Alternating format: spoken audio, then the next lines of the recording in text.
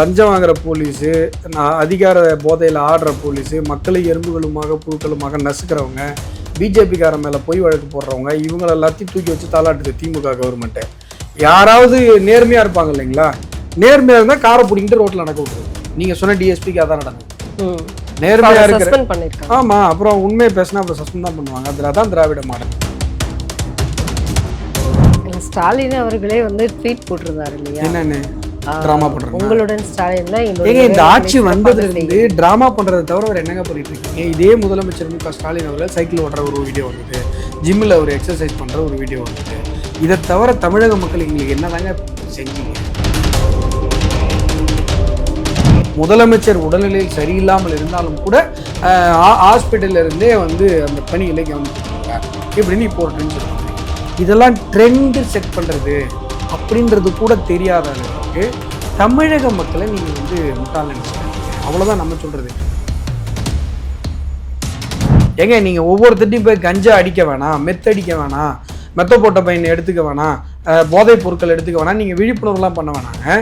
கஞ்சா விற்கிற நாயத்துக்கு உள்ள போடுங்க, அதானங்க ஒரு அரசாங்கத்தோட வேலை.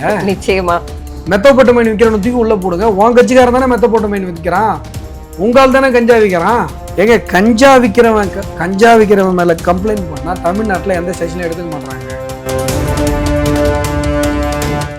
சுதந்திரத்துக்கு போராடிய கட்சியாக தன்னை காட்டிக்கொள்ளுகிற ஒரு கட்சி இன்றைக்கு வெறும் 40 எம்பிக்களை சொல்லிட்டீங்க அப்படின்னு கேட்கும்போது உண்மையிலே அந்த பத்திரிகையாரன் வருத்தப்பட்டு தான் கேட்கிறாரு இந்த கேள்வி.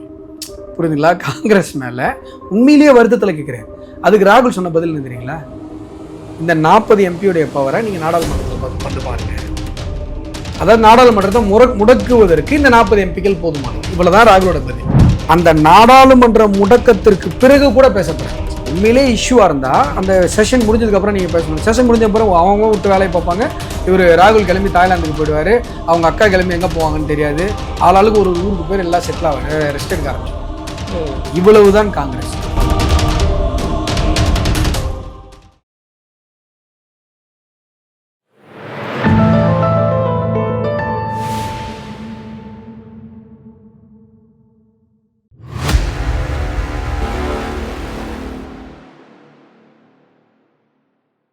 தாமரை டிவி நேயர்களுக்கு அன்பான வணக்கம். இன்று நமது நேர்காணலில் சிறப்பு விருந்தினர் பாஜகவின் மாநில செயலாளர் வழக்கறிஞர் அஸ்வதாமன் அவர்கள் நம்மோடு இருந்திருக்கிறார். சார் வணக்கம். சார் வணக்கம். நீண்ட நாட்களுக்கு பிறகு உங்களை சந்திச்சது ரொம்ப மகிழ்ச்சி. இந்த ஏஐ தொகுப்பு ரொம்பவே பிரம்மாண்டமாக இருந்தது. அதற்கு ஒரு தாமரை டிவி சார்பாக ஒரு வாழ்த்துக்கள் உங்களுக்கு. தமிழகம் ரொம்பவே என்னடா இது இவ்வளவு கேவலமாக காவல்துறை செயல்படுகிறதா அப்படின்னு மக்கள் பேசுறாங்க. ஆனா உயர்நீதிமன்றமே நாடு போலீஸ் ராஜ்யத்திற்குள் செல்கிறதோ அப்படிங்கிற சந்தேகம் எழும்புகிறதாக ஒரு நிலைப்பாடு இன்னைக்கு வந்திருக்கு. இதை நீங்க எப்படி பாக்குறீங்க ஒரு வழக்கறிஞராக? இன்னைக்கு இல்லைங்க, நான் ஒரு 2.5 வருடங்களுக்கு முன்பு இருந்தே இதை தொடர்ச்சியாக சொல்லி கொண்டிருக்கிறேன். உங்கள்கிட்ட கூட உங்கள் இன்டர்வியூவில் கூட நேர்காணல கூட நான் சொல்லியிருக்கேன். தமிழகத்தில் இருக்கிற பிரச்சனைகளில் தலையாய பிரச்சனை காவல்துறை பொதுமக்களை நசுக்கி கொண்டிருக்கிறது. காவல்துறை பொதுமக்கள் மீது கிஞ்சிற்று மரியாதை இல்லாமல் அவர்களை என்ன சொல்கிறது, ரொம்ப கீழ்த்தரமாக நடத்துது அப்படிங்கிறத நான் தொடர்ச்சியாக சொல்லிகிட்டு இருக்கேன். நீங்கள் ஒரு லாக்அப் மரணம் பார்க்குறீங்க, ஒரு லாக்அப் மரணம் ஒரு 25 மரணங்கள் இதுவரை நடந்திருக்கிறது. நமக்கு தெரிஞ்சு ஊடகங்களில் 25-26 மரணங்கள் நடந்திருக்கிறது அப்படின்னு சொன்னால், ஒருவேளை மக்கள் மிரட்டப்பட்டு வெளி உலகத்துக்கு தெரியாமல், பத்திரிகைகள் வெளிவராமல், எங்கள் குடும்பமே இல்லாத ஒருத்தனை கொண்டு போய் நீங்கள் அடித்து கொள்றீங்கன்னா யாருங்க அதை வெளில கொண்டு வர போகிறா? புரியுதா உங்களுக்கு? எவ்வளவோ நடந்திருக்கிறது அப்படின்னு அர்த்தம். அப்படி இந்த காவல்துறை லாக்அப் மரணங்கள் எண்ணிக்கை ஒரு புறம் பயமுறுத்துது, சம்பவங்கள் அதை விட பெருசாக பயமுறுத்துது. இங்கே ஒரு பெண் குழந்தை, 10 வயசு குழந்தை பாலியல் வன்முறை திருவள்ளூர் மாவட்டம் இங்கே சென்னையில் அது புகார் கொடுக்க போன கட்டிட தொழிலாளியுடைய அப்பா அம்மா அவங்கள நிர்வாணப்படுத்தி பெண் காவலப்படுத்தினாங்க, தாக்குறாங்க. அதை சென்னை உயர்நீதிமன்றம் தாமாக சூமோட்டாவாக கேஸ் எடுத்து சிபிஐக்கு மாற்றுது. அதை உச்சநீதிமன்றம் வரை சென்று அவங்க தடை வாங்குறாங்க. அதே போல் இதில் தஞ்சாவூர் பக்கத்தில் ஒரு இளைஞனை பொய் வழக்கு போட்டு, அதுவும் இந்த சினிமாவில் வர மாதிரி கையில் அருவா கொடுத்து போலீஸ் ஸ்டேஷனில் வச்சு ஃபோட்டோ எடுக்கிறாங்க. கையில் ஆயுதம் இருந்தால் வழக்கம். கையில ஆயுதம் இருந்ததுன்னா போலீஸ் ஸ்டேஷன்லயே ஆயுதத்தோட வந்து நின்னானா அதை போட்டோ எடுத்து அவன் மேல பொய் வழக்கு போடுறாங்க. அவனுடைய சகோதரிகள் வந்து ஸ்டேஷன்ல வந்து கேரவ் பண்றாங்க, இந்த மாதிரி ஏன் என் சகோதரனை பொய் வழக்குல போடுறீங்க, ஆப்போசிட்ல பணம் வாங்கிட்டு அப்படின்னு சொல்லி. ஆப்போசிட்ல வந்து கம்ப்ளைண்ட் கொடுத்தவர் வந்து வாபஸ் வாங்கிடுறாரு. வாபஸ் வாங்கினாலும் இல்லை முடியாது அப்படின்னு சொல்லி இவங்க வந்து இது பண்ணுறாங்க. அந்த 2 பேர் சகோதரிகள் வந்து என்ன பண்ணுறாங்கன்னா விஷம் குடிச்சிட்றாங்க காவல் நிலையத்தில். விஷம் குடிச்சு ஒருத்தவங்க இறந்தே போயிடுறாங்க. என்ன கொடுமைன்னா அவங்க துடிக்க இறக்குற வரைக்கும் இவங்க வந்து போலீஸ் வந்து ஆம்புலன்ஸ்க்கு கால் பண்ணவே இல்லை. அவ்வளவு நீ செத்துக்கோ அப்படிங்கிற அளவுக்குன்னா அப்போ போலீஸ் டிபார்ட்மெண்ட்டுக்கு அக்கௌண்டபிலிட்டின்னு ஒரு விஷயம் இல்லை. யாருக்கும் பதில் சொல்ல வேண்டிய அவசியம் இல்லை. எங்கே வேணால் பூந்து யாரை வேணால் அடிக்கலாம் அப்படிங்கிற அளவுக்கு காட்டு மிராண்டித்தனமாக, கொடூரமாக, கீழ்த்தரமாக, கேவலமாக, மட்டமாக தமிழக காவல்துறை சென்றிருக்கிறது. இதை நான் தொடர்ச்சியாக சொல்லிட்டு இருக்கேன். அதுவும் இருவேல்பட்டு விஷயத்துக்கு அப்புறம் இது வந்து ஒட்டுமொத்தமாக இந்திய அரசியலமைப்பு சட்டத்தையே தூக்கி எறிகிற ஒரு செயல். கண்டிப்பா இந்திய அரசியலமைப்பு சட்டம் வந்து உலகத்தில் பல அரசியலமைப்பு சட்டங்கள் இருந்தாலும் கூட நம்முடைய இந்திய அரசியலமைப்பு சட்டத்துடைய புகழ் ஏன் நிலைத்திருக்கிறது, ஏன் அண்ணல் அம்பேத்கருடைய புகழ் ஓங்கி நிற்கிறது அப்படின்னு சொன்னால், உலக அரங்கில் அரசியலமைப்பு சட்டங்கள் மன்னருடைய அதிகாரத்தில் இருந்தோம். இப்போ லண்டன் போனீங்கன்னா ராணியுடைய அதிகாரத்தில் இருந்து இப்படி தான் ஆரம்பிக்கும், அதிகாரத்திலிருந்து ஆரம்பிக்கும். ஆனால் நம்முடைய அரசியலமைப்பு சட்டம் மக்களுடைய அடிப்படை உரிமையிலிருந்து தொடங்குகிறது. மக்களுக்கு அடிப்படை உரிமைகள், அந்த அடிப்படை உரிமைகளை பாதுகாப்பதற்கு அரசாங்கம், சட்டமன்றம், நாடாளுமன்றம், அது குலைக்கப்பட்டால் தடுப்பதற்கு, கேள்வி எழுப்புவதற்கு நீதிமன்றங்கள், இப்படி இந்திய அரசியலமைப்பு சட்டத்தினுடைய அழகு இந்திய குடிமக்களினுடைய அடிப்படை உரிமைகளிலிருந்து அது தொடங்குது. இப்போ அடிப்படை உரிமைகளையே தூக்கி காலில் போலீஸுடைய பூட்ஸ் காலில் மிதிக்கிற கொடூரமான செயல் நடந்து கொண்டிருக்கிறது. இருவேல்பட்டு விஷயத்துல அதான் நடந்தது. உங்க மினிஸ்டர் சட்டையில 2 சொட்டு சோறு போட்டுருச்சான் மினிஸ்டரா. இப்ப என்ன அவ்வளோ பேச்சு பேசுனீங்கல்ல, அதுக்கு வந்து காவல்துறை உள்ள பூந்து ஆண் காவலர்கள் பெண்ணை வந்து தொடக்கூடாத இடத்துல தொட்டு இடுப்பை பிடிச்சி அவங்க ஆடையை பிடிச்சி தர நடு ரோட்ல ஹைவேஸ்க்கு பக்கத்துல இருக்கு அந்த ஊர் ஈத்துட்டு போனாங்க. அதையும் இங்க இருக்கிற தமிழ் சமூகம் எல்லாரும் வேடிக்கை தான் பார்த்தாங்க, ஊடகங்கள் எல்லாம் வேடிக்கை தான். மிகப்பெரிய கொடூரம். இப்படியெல்லாம் நாளொரு மேனியும் பொழுதொரு வண்ணமுமாக நடந்து கொண்டே இருந்து கொண்டிருக்கிறது தமிழகத்தில். இப்போ நீங்கள் கம்ப்ளைண்ட் பண்ண போகிறீங்க, ஒன்றும் இல்லை, இதே இருவேல்பட்டுக்கு பக்கத்தில் அரசூர், அதே போலீஸ் ஸ்டேஷன் லிமிட்டு. அரசூரில் கார்ட்டூனிஸ்ட் வருமானு கேள்விப்பட்டிருப்பீங்க. முன்னாடி வந்து அரசியல் வழக்குகள்லாம் கூட அவர் மீது போடப்பட்டது. முன்னாடி நிறைய கார்ட்டூன்லாம் போடுறாரு, இப்போ கார்ட்டூன் போடுறதில்ல. அவருடைய கிராமம் அது. அவரை கொல்றதுக்கு ஒருத்தன் கத்தி எடுத்துகிட்டு வர்றான். கிராமம் இல்லையா, மக்கள் ஒருத்தன் அவன் கத்தி எடுத்துகிட்டு வர்றதை பார்த்து டக்குன்னு பிடிச்சிடுறாங்க, நிறுத்திடுறாங்க. அவன் குத்த வரான், அதெல்லாம் வீடியோலாம் இருக்குது சரிங்களா. இவங்க போய் கம்ப்ளைண்ட் பண்ணுறாங்க. கம்ப்ளைண்ட் பண்ண உடனே அந்த ஸ்டேஷன் இன்ஸ்பெக்டரு காசை வாங்கிட்டு, லஞ்சத்தை வாங்கிட்டு, ஆப்போசிட்டு கத்தி எடுத்துகிட்டு வந்தான் பார்த்தீங்களா, அவன்கிட்ட ஒரு கம்ப்ளைண்ட்டு, கத்தி எடுத்துகிட்டு வந்தவங்ககிட்ட ஒரு கம்ப்ளைண்ட்டு. கத்தியில் குத்து வாங்குறதுக்கு குத்து வாங்காமல் தப்பிச்சார், உயிர் தப்பினா பாருங்க. அவர் கொடுத்த கம்ப்ளைண்ட்டுக்கு ஆப்போசிட்டில் ஒரு கம்ப்ளைண்ட்டை வாங்கிட்டு இந்த கார்ட்டூனிஸ்ட் மேலே செக்ஷன்ஸ், ஹெவி செக்ஷன்ஸ் போடுறாங்க. அந்த கத்தி எடுத்துட்டு வந்தான் பாருங்க, அவன் மேல ஒரு கேஸும் இல்லை. பாதிக்கப்பட்டவனுக்கு தலையை வந்து நசுக்குகிறது. கேட்டா அவரும் ஒரு கம்ப்ளைண்ட் கொடுத்துட்டாருங்க. எங்க கம்ப்ளைண்ட் கொடுத்துட்டான், அவன் கத்தி எடுத்துட்டு வந்த வீடியோ ஆதாரம் இருக்குதுங்க என்கிட்ட. அத்தனைக்கும் அரசியல் தொடர்புள்ள ஒரு நபர். ஒன்றும் நடக்கல, காசு தான். இதுதான் தமிழகத்தினுடைய காவல்துறையினுடைய நிலைமை. ஆனா நீங்க இப்படி சொல்றீங்க, காவல்துறையை வந்து தமிழக அரசு பழிவாங்குகிறது அப்படின்னு எதிர்க்கட்சி தலைவர் எடப்பாடியார் சொல்லியிருந்தாங்க. இது வந்து இந்த டிஎஸ்பி சுந்தரேசனுடைய அது எப்படின்னு கேட்டீங்கன்னா, லஞ்சம் வாங்குற போலீஸு, அதிகார போதையில ஆடுற போலீஸு, மக்களை எறும்புகளுமாக புழுக்களுமாக நசுக்கிறவங்க, பிஜேபிக்கார மேல பொய் வழக்கு போடுறவங்க, இவங்களை எல்லாத்தையும் தூக்கி வச்சு தாளாட்டுது திமுக கவர்மெண்ட்டு. யாராவது நேர்மையா இருப்பாங்க இல்லைங்களா, நேர்மையா இருந்தா காரை பிடிக்கிட்டு ரோட்ல நடக்க விட்டுருது. நீங்க சொன்ன டிஎஸ்பிக்கு அதான் நடந்தது. நேர்மையா இருக்கு. ஆமா, அப்புறம் உண்மையை பேசினா அப்புறம் சஸ்பெண்ட் தான் பண்ணுவாங்க. அதான் திராவிட மாடல். இல்ல, அவருக்கு ஆதரவாக பேசிய செல்வம், கிண்டியை சார்ந்த ஒரு கான்ஸ்டபிளே வந்து அவரையும் வந்து மாத்தி இருக்காங்க. நீங்க கவனிச்சீங்களா? இல்ல, நான் கவனிக்கல. ஆதரவாக பேசியிருந்தார். கிண்டியில இதே ஸ்டேஷன்ல ஒர்க் பண்ணார் சுந்தரேசன். அவர் வந்து எப்பவுமே ரொம்ப நேர்மையாக வரங்களுக்கு உதவியும் செய்வார். ஒரு வீடியோல வந்து பேசியிருந்தாரு. அவராவே வந்து ஒரு வீடியோ போட்டிருந்தார். அதுக்கு சஸ்பெண்டா? அவரை வந்து சஸ்பெண்ட் பண்ணாம வேறொரு இடத்திற்கு வந்து டிரான்ஸ்ஃபர் பண்ணி இருந்தாங்க. இல்ல, நீங்க இந்த தகவல் எனக்கு நீங்க சொல்லிதான் தெரியும். இதுதான் இப்ப இருக்கிற ஒரு நிலைமை. இல்ல அவரு அரசாங்கம் வந்து கைவிட்டாலும் கடவுள் கண்டிப்பா கைவிட மாட்டார். ஏன்னா அவருடைய நேர்மைக்கு கண்டிப்பா கடவுள் வந்து அவருக்கு உதவி செய்வார்னு சொல்லி இருந்தாரு. அதனாலேயே வந்து சமூக நீதியை பின்பற்றக்கூடிய கட்சி இல்லைங்க. சமூக நீதிக்கும் கடவுள் காப்பாற்றுவாருன்னு சொல்றதுக்கும் ஒன்றும் சம்மந்தம் இல்லை. இவங்களுக்கு வந்து நீங்க என்ன சொல்றது, பண்றது காவாலித்தனம், பண்றது திருட்டுத்தனம், மொல்ல மாதிரித்தனம். இதுக்கெல்லாம் வந்து கருத்தியல் கொண்டு வந்து கனெக்ட் பண்றதுல என்ன நியாயம் இருக்கு? பண்றது மக்கள் விரோத கேவலமான கீழ்த்தரமான அயோக்கியத்தனமான நடவடிக்கை. இதுல சமூக நீதி எங்கிருந்து வருது? அதாவது இதுதான் இப்ப சூழ்நிலை. எனக்கு தெரிந்து எந்த காவல் நிலையத்திலும் சாதாரணமான மக்கள் கம்ப்ளைண்ட் பண்ண போகிறாங்க இல்லைங்களா, அவங்களுடைய அந்த டிக்னிட்டி கொஞ்சம் கூட தர்றது. வாடாங்கிறது, போடாங்கிறது, எல்லாரையும் ஏகவசனத்தில் பேசுறது.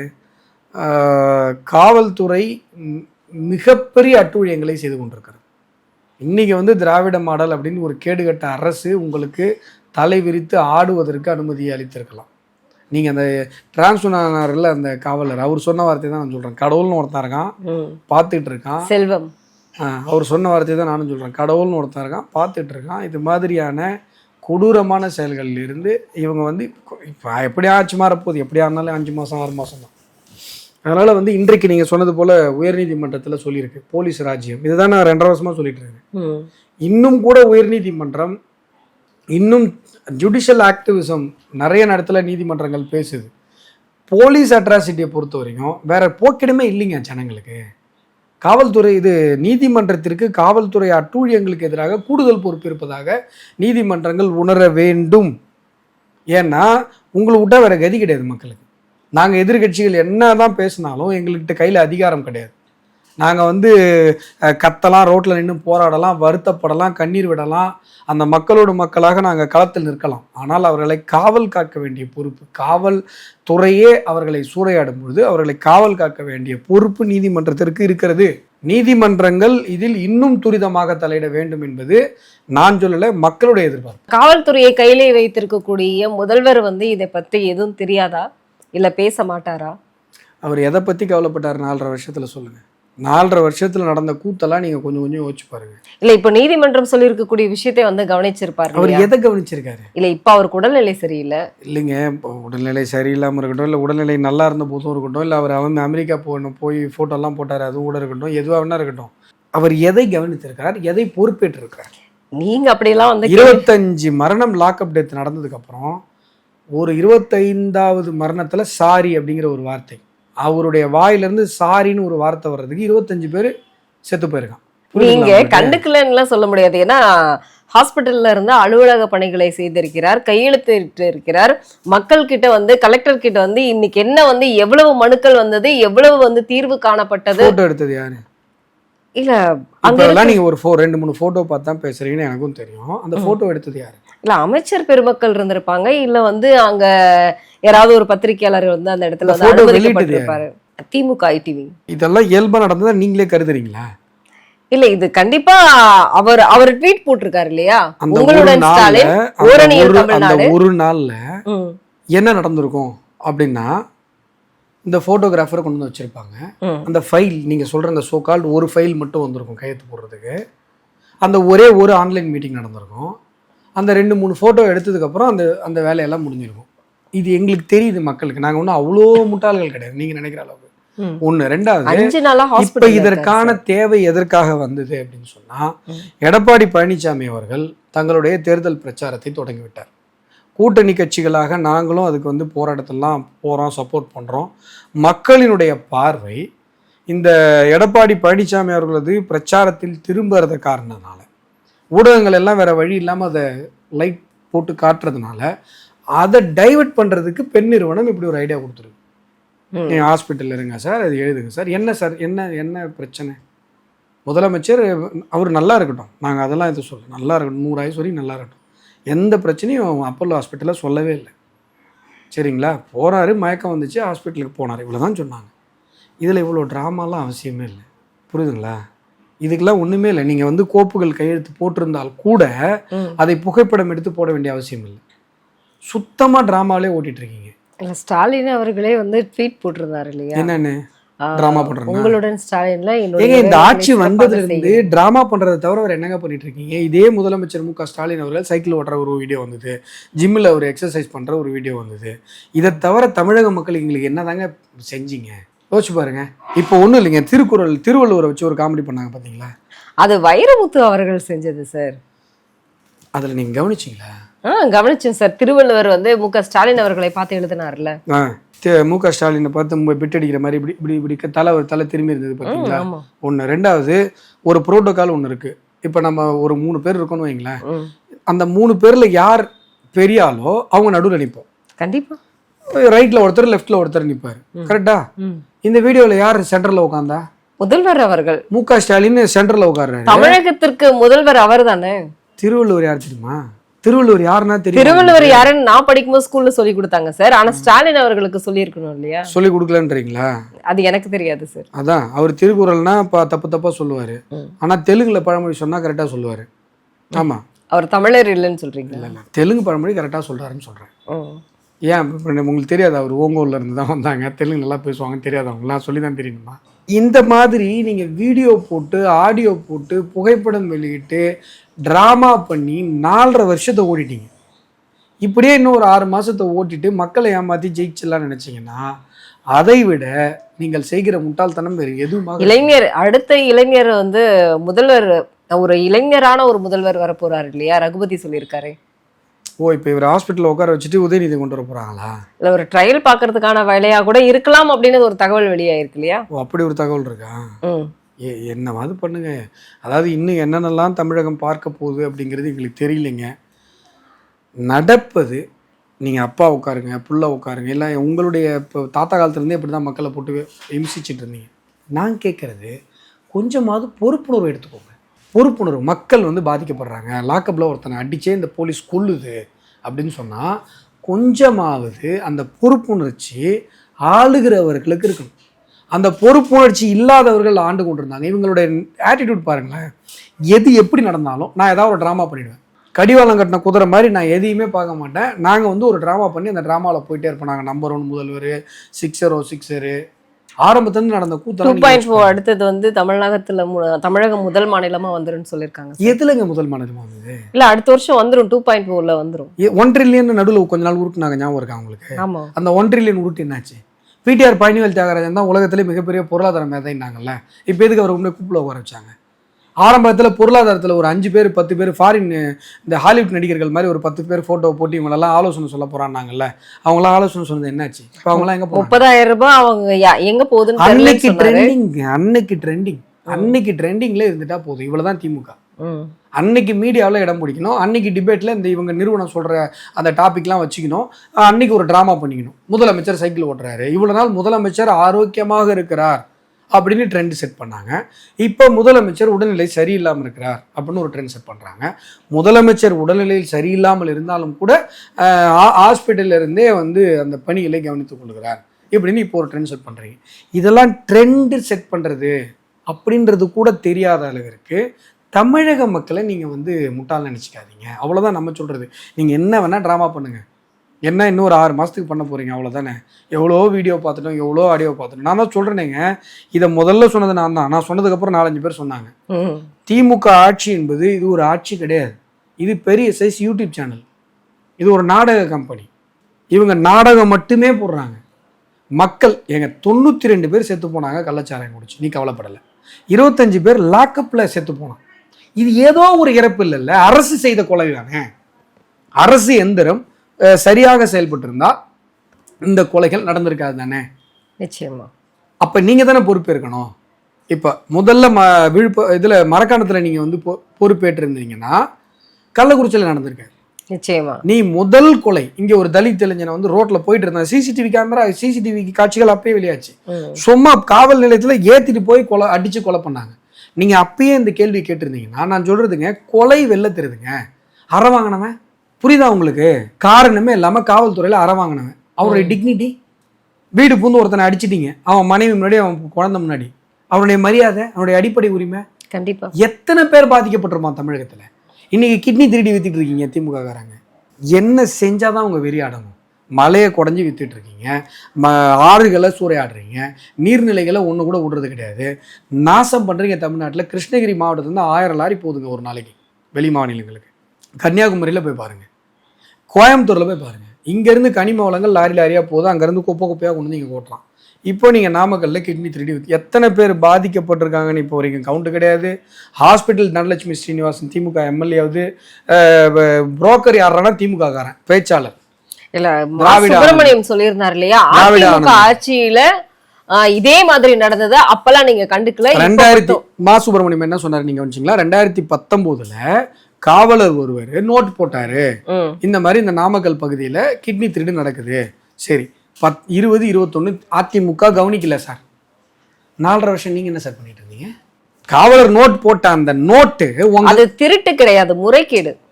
அதாங்க நீங்க பண்ணீங்கல்ல, பண்ணது திராவிட ஆனந்தன்.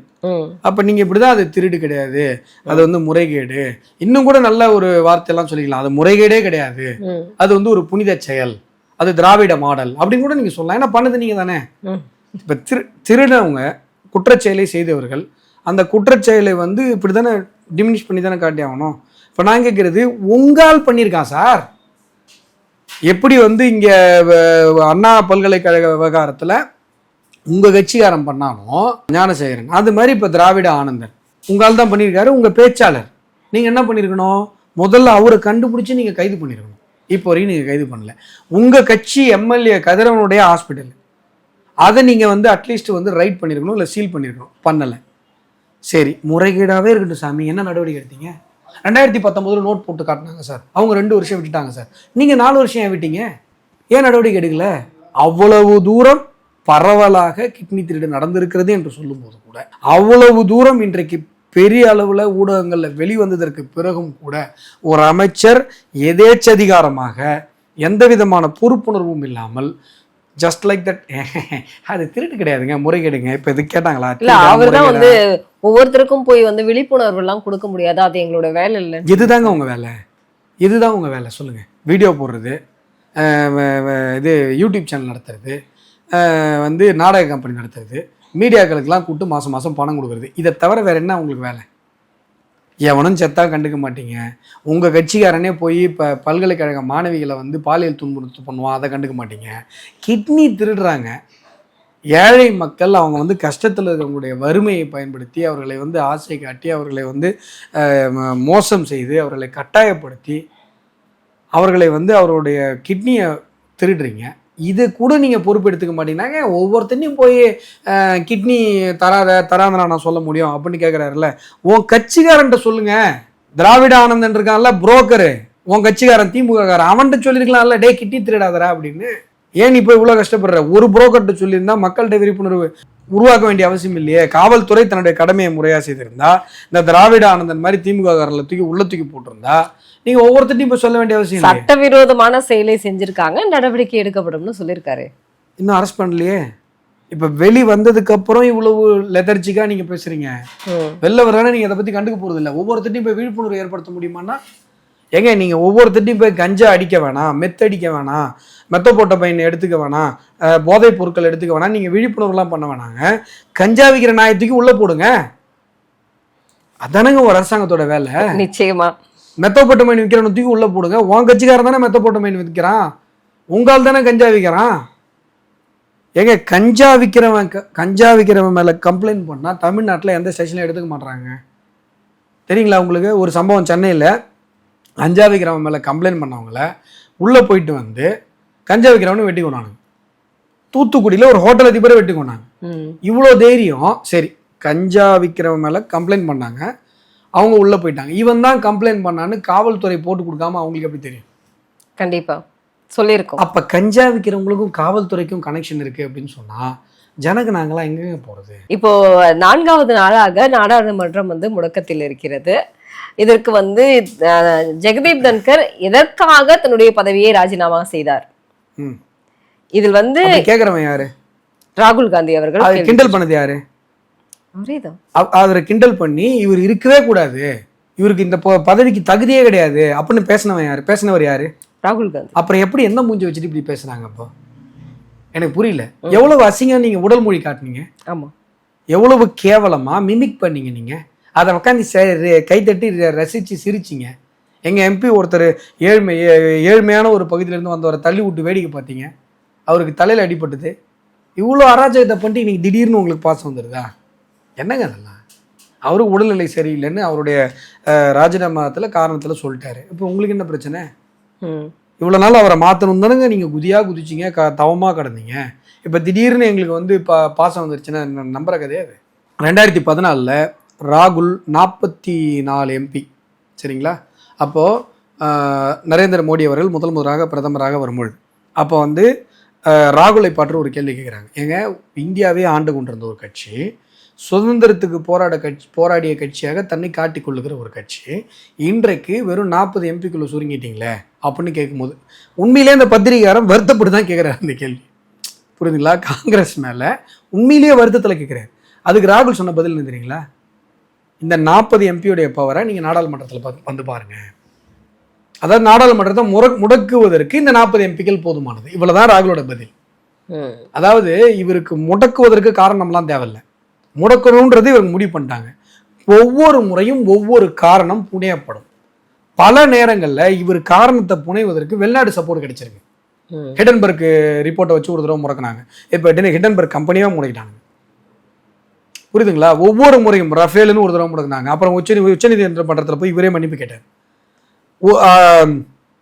ஒவ்வொரு முறையும் இவர்கள் சொல்லுகிற காரணங்கள் அந்த நாடாளுமன்ற முடக்கத்திற்கு பிறகு கூட பேசப்படாது. உண்மையிலே இஷ்யூவாக இருந்தால் அந்த செஷன் முடிஞ்சதுக்கு அப்புறம் நீங்கள் பேசணும். செஷன் முடிஞ்ச அப்புறம் அவங்க விட்டு வேலையை பார்ப்பாங்க. இவர் ராகுல் கிளம்பி தாய்லாந்துக்கு போயிடுவார். அவங்க அக்கா கிளம்பி எங்கே போவாங்கன்னு தெரியாது. ஆளாளுக்கு ஒரு ஊருக்கு பேர் எல்லாம் செட்டில் ஆக ரெஸ்ட் எடுக்க ஆரம்பிச்சிருவாங்க. இவ்வளவுதான் காங்கிரஸ். நீங்கள் நாடாளுமன்றம் என்பது உங்களுக்காகவும் எனக்காகவும் நடக்கிறது. ஒரு செஷன் நடக்கிறது, கோடிக்கணக்கில் அரசு செலவு செய்கிறது. உங்களுக்காகவும் எனக்காகவும் நல்ல நல்ல விவாதங்கள் நடத்தப்பட வேண்டும் என்பதற்காகத்தான் நாடாளுமன்றம் உருவாக்குறது. இவங்க வந்து ஒன்று நாடாளுமன்றத்துக்குள்ளே போய் செட் ப்ராப்பர்ட்டி வச்சு காமெடி பண்ணுவார். பேச வராதவங்களுக்கு செட் ப்ராப்பர்ட்டின்னு ஒரு சைக்காலஜிக்கல் இது இருக்குது. நீங்கள் வந்து மேடை பேச்சு இல்லை வந்து பப்ளிக் ஸ்பீக்கிங்கில் வந்து ட்ரைனிங் போனீங்க அப்படின்னு சொன்னால் உங்களுக்கு பேசுறதுக்கு வந்து தடுமாற்றம் இருக்குன்னா இது கொடுத்துருவாங்க. செட் ப்ராப்பர்ட்டி கையில் எதாவது கொடுத்துருவாங்க. இதை கையில் வச்சுக்கோ, இதை டிபெண்ட் பண்ணி பேசு, இதை ஒரு படத்தை தூக்கி காட்டு, இல்லை ஒரு பேனாவை தூக்கி காட்டு, இந்த பேனாவை எல்லாரும் பாருங்கன்னு சொல்லி எல்லாம் பேனாவுக்கு கான்சன்ட்ரேஷன் போகும். நீ அதுலேருந்து உங்களுடைய ஸ்பீச் தொடங்கிக்கலாம்னு சொல்லி ஒரு ஸ்ட்ராட்டஜி இருக்குது. அந்த ஸ்ட்ராட்டஜி உட்காந்து நாடாளுமன்றத்தில் ட்ரை பண்ணிட்டு உட்காந்துருக்காருங்க ராகுல் காந்தி. காலம் போன காலத்தில் ஏன்பா நீ ஸ்பீச் ட்ரைனிங் எடுக்கிறதுக்கு அப்பா நாடாளுமன்றம் இருக்குது? அது எந்த வயசுல ஸ்பீச் ட்ரைனிங் எடுப்பேன்? அது ஸ்கூல் குழந்தைங்க இந்த இது தடுமாற்றத்தில் இருக்கிறவங்களுக்கு கொடுக்குற ட்ரைனிங். அதை தூக்கிட்டு வந்து இந்த காலம் போன காலத்துல வயசான காலத்துல இங்க வந்து உட்காந்துக்கிட்டு நாடாளுமன்றத்துல பண்ணிட்டு இருக்காங்க. விவாதம் செய்ய தெரியலங்கிறீங்களா? என்ன பண்ணிருக்காங்கன்னு கேட்கிறேன் நான். கண்டிப்பா ஒரே ஒரு உருப்படியான ஒரு டிபேட்டை காட்டுங்க. இல்லை இங்க இருந்து நம்ம இத்தனை பேர் அனுப்பியிருக்கிறோம், யாராவது ஒருத்தராவது தங்களுடைய தொகுதியை பற்றி, சார் எங்க தொகுதியில இந்த மாதிரி ஒரு பிரச்சனை இருக்கு, எங்களுக்கு ஒரு ஸ்மார்ட் சிட்டி கொடுங்க, எங்களுக்கு ஒரு ஸ்வச் பாரத்தில் இந்த மாதிரி வந்து ஒரு ஃபண்ட் அலாட் பண்ணுங்க, யாராவது பேசி நீங்க பார்த்துருக்கீங்களா? கண்டிப்பா. அங்கே போயிட்டு இவங்களுடைய அரசியல் அறிப்புக்கு தான் சொரிஞ்சிட்டு இருப்பாங்களே ஒழிய, சார் மேடம் நீங்கள் தமிழ்நாட்டில் மிகப்பெரிய பார்லிமெண்டேரியன்னா இவர் வைகோ சொல்லுவாங்க. அவர் தாங்க பாராளுமன்றத்தில் ஒரு பெரிய ஆளு, எப்படி என்னென்னமோ பேசியிருக்காரு. 6 முறை எம்பியாக இருந்தார். ராம்தாஸ் அத்வாலே பாஜகவுக்கு வாங்க எம்பி பதவி கொடுக்குறோம் அப்படின்னு சொல்லியிருந்தாரு. நீங்க அவரு அத்வாலே வந்து எங்க கட்சி இல்லை, அவர் வேறு கட்சி கூட்டணியில் வந்து இருக்கக்கூடிய அவர் அவருடைய கட்சியிலேயே A1 இருக்கக்கூடிய ஒரு கூட்டணி கட்சி. கண்டிப்பா நாங்க மரியாதைக்குரிய கூட்டணி கட்சி. உங்க இன்ஃபர்மேஷனுக்காக சொல்றேன். அவ்வளவு பெரிய ஒரு பேச்சாளர், ஒரு மிகப்பெரிய ஒரு நாடாளுமன்றத்தில் சிறப்பாக பேசுபவர், பணியாற்றுபவர் என்ற பெயர் வாங்கிய வைகோ கனிமொழியுடன் மன்னிப்பு கேள் அப்படின்னு கோஷம் போடுற அளவுக்கு அவரை கொண்டு வந்து நிப்பாட்டிட்டாங்க. இவ்வளவுதான் இவர்களுடைய தகுதி தராதரம், இவருடைய பர்ஃபார்மன்ஸ். புரியுதுங்களா உங்களுக்கு? இதுதான் இன்றைக்கு அங்கே இருக்கிற ஒரு சூழ்நிலை. இங்கே பார்த்தா ட்ராமா கம்பெனி, அங்கே பார்த்தா அதுக்கு மேலே அவனுக்கு ஒரு ட்ராமா கம்பெனி. எங்களுக்கு என்னன்னாங்க, எதிர்கட்சிகள் செயல்படட்டும்ன்றாங்க. நான் சென்ட்ரலில் சொல்கிறது என்னன்னா, எதிர்கட்சிகள் செயல்படட்டும், நீங்கள் வந்து ஆரோக்கியமான விவாதங்களை முன்னெடுங்கள். இப்போ யுனைடெட் பேமெண்ட் இன்டர்ஃபேஸுங்கிறது சக்ஸஸ், உலக நாடுகள் அத்தனையும் பாராட்டுது. டிஜிட்டல் டிரான்சாக்ஷன்ஸ்லாம் இந்தியாவில் சாத்தியம் இல்லைன்னு சொன்ன உலகம் இன்றைக்கு வந்து வெளிநாட்டு பிரதமர்கள் வந்து கீரை கடையில் இருக்கிற QR கோடை கீரை வாங்கிட்டு ட்விட்டர் பக்கத்தில் பெருமையாக போடக்கூடிய அளவில் வந்திருக்கு. உலகத்தில் ரியல் டைம் டிரான்சாக்ஷனில் இந்தியா தான் நம்பர் 1, சைனா நம்பர் 2. ஆனால் நம்மளோட 4 மடங்கு அவன் கம்மியாக இருக்கான். இவ்வளவு தூரம் நமக்கு இதெல்லாம் அட்லீஸ்ட் நீங்கள் பாராட்டணும் தானே. அன்டிஸ்பியூட்டடுங்க. யுனைடெட் பேமெண்ட் இன்டர்ஃபேஸோடைய சக்ஸஸ் வந்து அன்டிஸ்பியூட்டட். குறைந்தபட்சம் பாராட்டுங்க. பாராட்டிட்டு இல்லைங்க இந்த மாதிரி இருக்கு, இதில் சின்ன சின்ன குறைகள் இருக்கு, இது எப்படி பண்ணுங்க அப்படி பண்ணுங்க. இப்படித்தான் எதிர்க்கட்சிகள் ஆரோக்கியமாக பணி செய்ய வேண்டும். ஏன் இப்போ காங்கிரஸ் துடைத்து தூக்கி அடிப்படுகிறது என்று சொன்னால் மக்கள் இதை கவனிக்கிறார்கள். நீங்க உங்களுடைய அரசியல் ஆதாயத்திற்காக இந்த மாதிரியான வேலைகள்லாம் செஞ்சுட்டு இருக்கீங்க. இவங்க பண்றது டோட்டலா கம்யூனல் பாலிடிக்ஸ்குள்ள போய் தான் இவங்க இத்தனை வருஷமா ஓட்டிட்டு இருக்காங்க. இந்த திமுகவும் காங்கிரஸும் இல்லை இந்த கட்சிகள் எல்லாம் எதன் அடிப்படையில் ஒன்று சேர்ந்திருக்கு? பிஜேபி எதிர்ப்புன்றது தான். ஒரு கட்சியை எதிர்க்கிறதுன்றது எப்படி கொள்கை ஆயிடும்? உங்களுக்குள்ள என்ன கொள்கை ஒற்றுமை? கண்டிப்பா குறைந்த அது எனக்கு தெரிஞ்ச அவங்களுக்குள்ள கொள்கை ஒற்றுமை என்னன்னா, காங்கிரஸும் இந்துக்களை திட்டம், கம்யூனல் வயலன்ஸ் பில்லுன்னு கொண்டு வரும். திமுகவும் இந்துக்களை சனாதனத்தை வேற இருப்போம், சனாதனத்தை அழிப்போம்னு பேசும். இதை தாண்டி உங்களுக்குள்ள என்ன கொள்கை ஒற்றுமை இருக்கு? நீங்க கம்யூனல் ஓட்டுக்கு மைனாரிட்டி ஓட்டை வந்து தாஜா பண்ணி வாங்குறது மட்டும் தான் என்னுடைய அரசியல் தத்துவம் என்று பேசினால் அது எத்தனை நாளைக்கு இந்த இந்திய பாரத பெருந்தேசத்தில் எடுபடும் நீங்க நினைக்கிறீங்க? இந்திய இஸ்லாமியர்கள் யோசிக்க ஆரம்பித்து விட்டார்கள். பிஜேபிக்கு இந்திய முழுவதும் ஓட்டு கிடைத்து கொண்டிருக்கிறது. தமிழகத்திலே என்னால் சில பூத்துக்கள் என்னால் குறிப்பிட்டு சொல்ல முடியும். இஸ்லாமியர்கள் அதிகமாக இருக்கிற பூத்துக்களில் 2024 லோக்சபா தேர்தலில் பாஜகவிற்கு வாக்குகள் விழுந்திருக்கிறது. மாற்றம் உண்டாகி கொண்டிருக்கிறது. வளர்ச்சியை நோக்கி மதவாத அரசியலுக்கு எதிராக மக்கள் யோசித்துக் கொண்டிருக்கிறார்கள். பாஜகவை ஆதரிக்க தொடங்கி இருக்கிறார்கள்.